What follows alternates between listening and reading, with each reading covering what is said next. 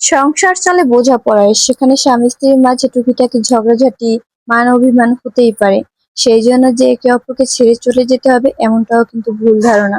আমরা অনেকেই আছি গ্রাম অথবা শহর, একটু টুকিটাকি ঝগড়া হলেই অথবা রাগারাগি, অভিমান যাই হোক না কেন, আমরা একটা কঠিন সিদ্ধান্ত নিয়ে ফেলি, যে সিদ্ধান্তটা আমাদের পরবর্তী সময়টাকে নষ্ট করে দিতে পারে। আমরা কখনোই এটা ভাবি না যে আমাদের এই একটা ভুল সিদ্ধান্তের কারণে আমাদের ভবিষ্যৎ প্রজন্মটা নষ্ট হয়ে যেতে পারে। আমাদের ভবিষ্যৎ প্রজন্ম কাদেরকে বুঝাই? আমরা আমাদের সন্তান, এদেরকেই তো বুঝাই, তাই না? সেই সন্তানের একটা ভবিষ্যৎ আছে, তাদের মন মানসিকতা আছে, সেগুলো কিন্তু সব নষ্ট হয়ে যেতে পারে। ওদের মনের উপরে এমন কোনো প্রভাব ফেলা যাবে না যাতে করে ওদের মনটা নষ্ট হয়ে যেতে পারে। আমাদের উচিত ওদের মনটাকে আরো সুন্দর করে সাজানোর। সেক্ষেত্রে আমরা স্বামী স্ত্রীরা টুকিটাকি ঝগড়াঝাটি নিয়ে যদি ওদের সামনে এরকমটা আচরণ করতে থাকি, তাহলে স্বাভাবিক ওদের মনের উপর একটা প্রভাব ফেলতেই পারে।